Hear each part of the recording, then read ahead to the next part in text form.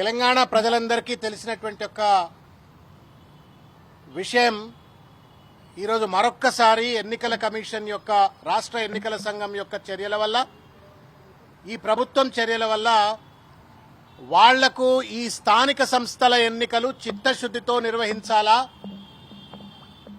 క్షేత్రస్థాయిలో ఉన్నటువంటి ఒక ఓటర్లందరి యొక్క సమాచారాన్ని సేకరించి అందరికీ సరి అయినటువంటి ఒక రీతిలో రాజ్యాంగబద్ధమైనటువంటి ఒక ఓటు హక్కు కల్పించి ఎన్నికలు నిర్వహించాలా అన్నటువంటి ఒక చిత్తశుద్ధి ఈరోజు ఈ ప్రభుత్వానికి కానీ ఎన్నికల కమిషన్ కూడా లేనట్టుగా కనబడతా ఉంది. ఊరంతా ఒక దారి ఉంటే ఉలిపికట్ట ఓ దారి అన్నట్టుగా, ఇల్లు కాల్చో పెద్ద మనిషి ఏడుస్తుంటే సుటగాల్చుకుంటా నిప్పుందా అని చెప్పని అడిగినట్టుగా ఇవాళ ఎన్నికల కమిషన్ వారు ఒక షెడ్యూల్ను ఈరోజు గత 2 రోజుల కింద వీళ్ళు అనౌన్స్ చేసినారు. ఆ షెడ్యూల్ ఏంటి అంటే, preparation of draft photo electoral rolls of gram panchayats and display ward wise electoral rolls at gram panchayat and mandal ప్రజా పరిషత్ ఆఫీసెస్. ఇది 28వ తారీఖు నాడు చేస్తారట. 29, 30 తారీఖు నాడు ఆయా వార్డుల్లో ఆయా గ్రామాల్లో ఉన్నటువంటి ఒక సంబంధిత రాజకీయ పార్టీలకు సంబంధించిన వాళ్ళని పిలిచి చర్చలు చేస్తారట. మొత్తం మీద ఏమైనా అబ్జెక్షన్స్ ఉన్నా, లేకపోతే మంచి చెడులున్నా, దొంగ ఓట్లున్నా, లేకపోతే ఓటర్లుగా నమోదు కావలసిన వాళ్ళు కాకపోయినా మొత్తానికి ఓటర్ రోల్ వెరిఫికేషన్ అంతా కంప్లీట్ చేసేది 2వ తారీఖు నాడు పబ్లిష్ చేస్తామని చెప్పని తూతూ మంత్రం లెక్క, హాష్ పాష్ లెక్క ఈరోజు ఈ నోటిఫికేషన్ ఇచ్చినారు.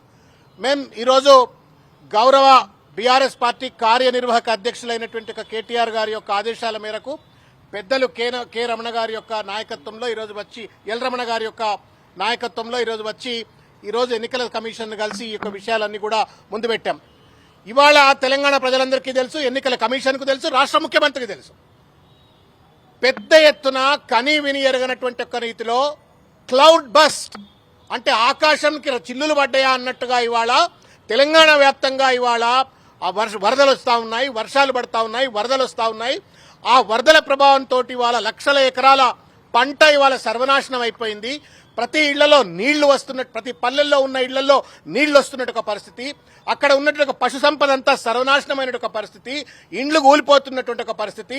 ఎవరు ఆదుకుంటారో లేరో అని చెప్పని వాళ్ళు భగవంతుని వైపు చూస్తూ, ఆకాశం వైపు చూస్తూ, ప్రజలు ఒక పక్కన నానా ఇబ్బందుల్లో ఉన్న పరిస్థితుల్లో ఎట్లా ఈ ఎలక్టోరల్ ఓటర్ రోల్ వెరిఫికేషన్ ఎట్లా ప్రజలు వచ్చి చేసుకుంటారు? తర్వాత ఈ కార్యక్రమంలో ఇన్వాల్వ్ కావాల్సింది ఎవరు? సంబంధిత ఎంపీడీఓలు, ఎంఆర్ఓలు, వీళ్ళంతా ఇన్వాల్వ్ కావాలా. మరి వాళ్ళు రెస్క్యూ ఆపరేషన్ చేయాలనా, లేకపోతే ఓటర్ రోల్ వెరిఫికేషన్ చేయాలనా? రెస్క్యూ ఆపరేషన్ చేయాలా, మానవత్వం ప్రకారంగా రెస్క్యూ ఆపరేషన్ చేయాలా. మరి రెస్క్యూ ఆపరేషన్ చేసేటువంటి వాళ్ళు ఈ ఓటర్ రోల్ వెరిఫికేషన్ ఎట్లా చేస్తారు అంటే, ఎన్నికల కమిషన్ గానీ ప్రభుత్వానికి గానీ పూర్తి స్థాయి చిత్తశుద్ధి లేదు. ఇది సిన్సియర్ గా, ఫుల్ ప్రూఫ్ గా అందరినీ కూడా కూడగట్టుకుని ఓటర్ రోల్ వెరిఫికేషన్ ప్రాపర్ గా జరగాలన్న చిత్తశుద్ధి లేదు. కేవలం సుప్రీంకోర్టులో ఏదో తీర్పు వచ్చింది కాబట్టి మేము ఎన్నికలు కండక్ట్ చేయాలా అన్నటువంటి ఒక తొందరపాటుతనం ఉంది. అదే తొందరపాటుతనంతో బీసీ రిజర్వేషన్ల పైన స్పష్టత లేకుండా, ఇవాళ బీసీ 42% రిజర్వేషన్లు అమలు చేయకుండా ఎన్నికలకు ముందు పోయాలని ప్రయత్నం చేస్తా ఉన్నారు. దానికి తోడుగా ఓటర్ లిస్ట్ లో కూడా అవకతవకలు ఉండేటువంటి ఒక ప్రమాదం ఉంది. కాబట్టి ఈ యొక్క జరుగుతున్నటువంటి ఒక ప్రకృతి వైపరీత్య పరిణామాలను దృష్టిలో పెట్టుకుని మేము ప్రభుత్వాన్ని, తర్వాత ఎన్నికల కమిషన్ కు చేతులెత్తి నమస్కారం చేసి ప్రజల తరఫున విజ్ఞప్తి చేస్తా ఉన్నాం. This is not an ordinary process. ఇది ఒక పవిత్రమైన కార్యక్రమము, ఓటర్ హక్కు ఇచ్చేటువంటి ఒక కార్యక్రమం. కాబట్టి ఈ పర్యావరణ ప్రతికూల పరిస్థితులను దృష్టిలో ఉంచుకొని దీన్ని రీషెడ్యూల్ చేయమని చెప్పని మేము రిక్వెస్ట్ చేసినాము. After all this is for democracy, strengthening the democracy, participatory democracy. కాబట్టి దీన్ని దృష్టిలో ఉంచుకొని ఇమీడియట్ గా పాజిటివ్ గా చర్యలు తీసుకోవాలా అన్నా. మేము ఈ లేఖ కేటీఆర్ గారి యొక్క ఆదేశాల మేరకు ఈ లేఖను వారికి సబ్మిట్ చేయటం అయింది. మేము ఆశాభావంతో ఉన్నాం. ఇవాళ కమిషనర్ గారు లేరు, బట్ జాయింట్ సెక్రటరీ గారికి ఇచ్చినాము. జాయింట్ కమిషనర్ గారు వెంటనే దీనిపైన స్పందించాలా, మానవత్వ ధోరణితో, రాజ్యాంగ నిబద్ధతతో నిర్ణయం తీసుకోవాల్సిన అవసరం ఎన్నికల కమిషన్ పైన ఉంది. ఇది ఏదో తూతూ మంత్రంగా చేసే పని కాదు. ప్రజాస్వామ్య పరిరక్షణ కోసం, ఓటర్ హక్కుల కోసం తప్పనిసరిగా దీన్ని రీషెడ్యూల్ చేయవలసిన అవసరం ఉంది. ఈ ప్రభుత్వం అనేక రకాలైనటువంటి కుంటి సాకులు చూపెట్టి బీసీ రిజర్వేషన్ ఇట్లా తుంగలో దొక్కిందో చూసినాం.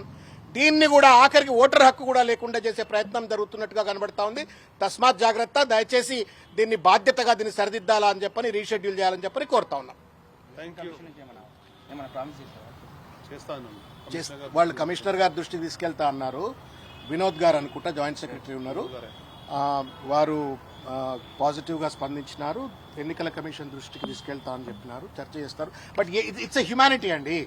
ఇల్లుగాలు ఒక ఆయన ఎడుతుంటే నేను సుడగాల్చుకుంటా అన్నట్టే ఉంటుంది. నేను ఇప్పుడు నా ఇల్లు కూలిపోయింది చూసుకోనా, నా పశువు చచ్చిపోయింది చూసుకోనా, నా పంట నష్టమైంది చూసుకోనా, లేకపోతే పంచాయతీ ఆఫీస్ పోయి నా ఓటర్ రోల్ వెరిఫికేషన్ చేసుకోవాలన్నా? అటు రాజకీయ పార్టీలకు సంబంధించిన నాయకులు ఈ యొక్క వరద బాధితులను ఆదుకునే పంచాయతీలు ఉన్నారు. ఎంపీడీఓలు, ఎంఆర్ఓలు, రెవెన్యూ ఇన్స్పెక్టర్లు, వీడీఓలు అందరూ కూడా గదే పంచాయతీలు ఉన్నారు.